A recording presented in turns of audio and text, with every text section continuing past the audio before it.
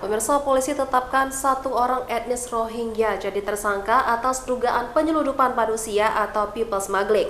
Tersangka Muhammad Amin ini tiba bersama 136 etnis Rohingya lainnya pada 10 Desember kemarin di Pantai Blang Ulam, Aceh Besar.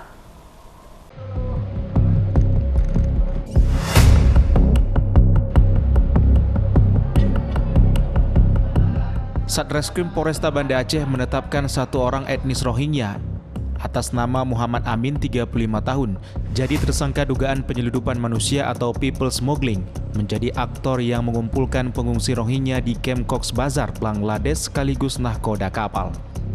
M. Amin ini mendapat keuntungan bisa membawa serta 4 keluarganya dalam satu kapal, sementara etnis Rohingya lainnya harus membayar sebesar 14 juta hingga 16 juta rupiah untuk bisa naik kapal tersebut.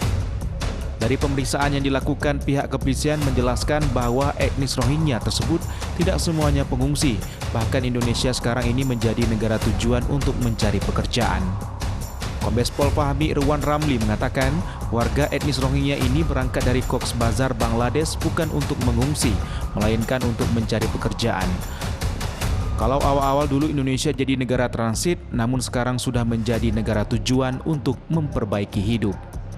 Kemudian dari hasil penelusuran kami juga, dari 137 tersebut ada 2 orang yang kami temukan sebagai warga negara Bangladesh, bukan Myanmar. Mereka ini berangkat dari Cox's Bazar bukan untuk mengungsi atau menyelamatkan diri. Dari pemeriksaan saksi-saksi yang kita tanyakan menerangkan bahwa mereka datang ke negara tujuan dalam rangka memperbaiki hidupnya untuk mencari pekerjaan. Saat ini tersangka Muhammad Amin ditahan di Mapolres Banda Aceh.